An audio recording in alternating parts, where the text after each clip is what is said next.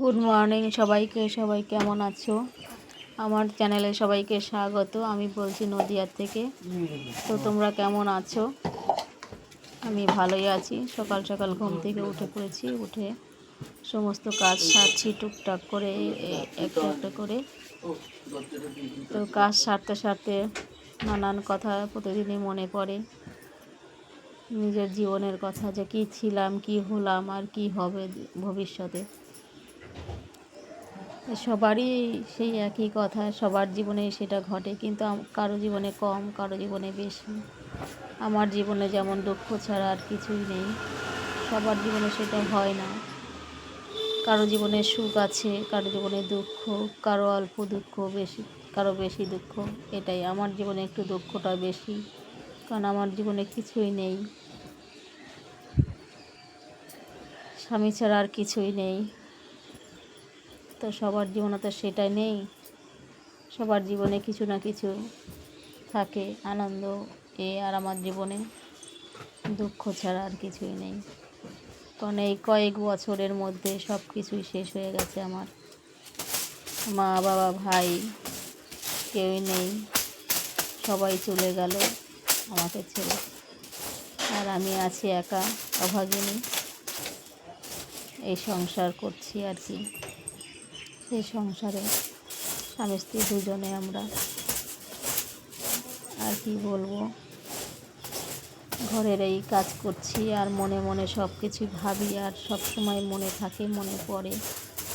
সবার হয়তো মনে পড়ে না, বা সবাই ভাবে যে একটা সময় না একটা সময় তো চলে যাবেই সবাই, কিন্তু চলে গেলেও এত আগে আগে চলে যাবে, আর সেই দুঃখটা সহ্য করার মতো হবে না। সেটা তো সবার জীবনে হয় না। আমার জীবনে যেমন হয়েছে,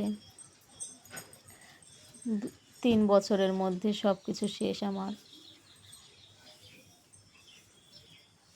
এভাবে মা বাবার যদি বয়স হতো, তাহলে একটা কিছু যে না বয়স হয়েছে, চলে গেছে, সেটা তো আর না। তাই নিজেকে মনে হয় নিঃস্ব,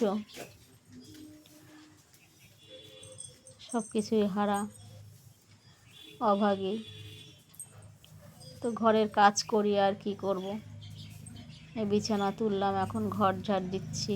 ঘর ঝাড় দিয়ে ঘর মুছবো, এঁঠো বাসন মাজবো, উঠান ঝাড় দেবো, জামা কাপড় কাচবো, কত কাজ। একে একে সবই করব, সবই তোমরা দেখতে পারবে। তবে সব কিছু হয়তো দেখতে পারবে না, কারণ এই যে বিছানা তুলে ঘর ঝাড় দিচ্ছি, এরপরে ঘর মুছবো, সেটা তোমাদের দেখাতে পারবো না।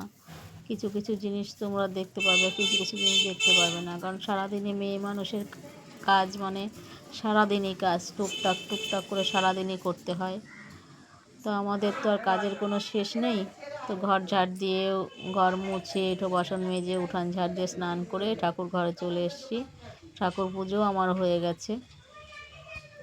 ঠাকুর পুজো করে নিয়ে একে একে সমস্ত কিছু করতে হয়। মেয়ে মানুষ যেহেতু, মেয়ে মানুষের কাজের তো কোনো শেষ নেই।